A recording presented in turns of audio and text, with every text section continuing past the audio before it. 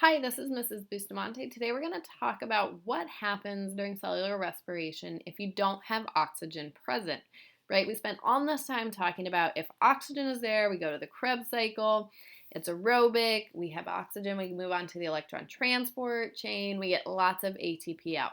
But what about instances where there's not oxygen present? Well, if there's not oxygen present, we call them anaerobic conditions, and we go and undergo this process called fermentation. So, fermentation, typically breathing provides us enough oxygen for our body to carry out our normal activities.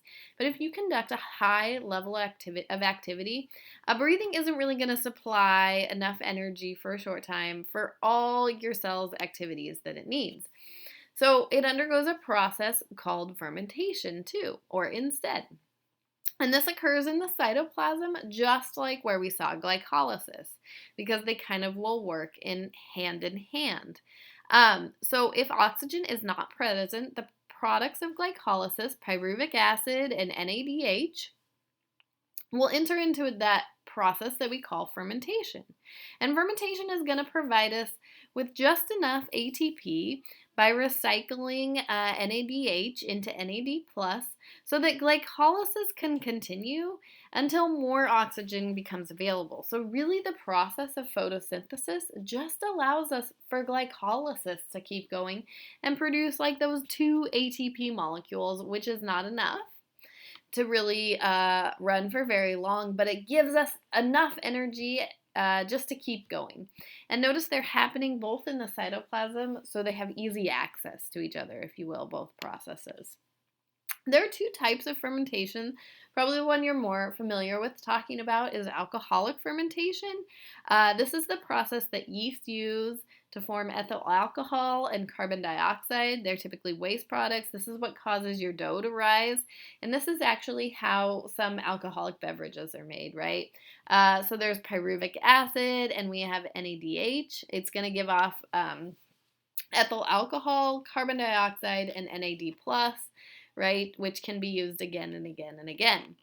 The other type of fermentation is lactic acid fermentation. It occurs in bacteria.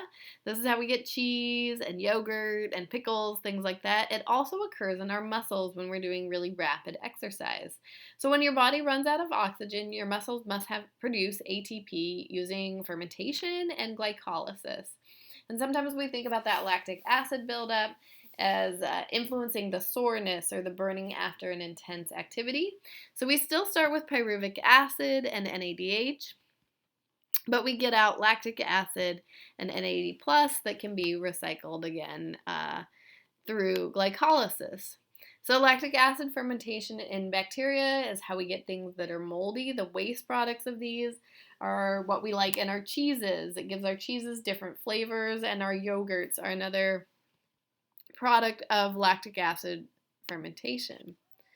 Bacteria also play a really important role in our digestive systems of all animals. They break down molecules by taking undigested material for their needs. So without bacteria that could ferment and break things down, we really wouldn't be able to fully digest all of our food. So it's an important process too.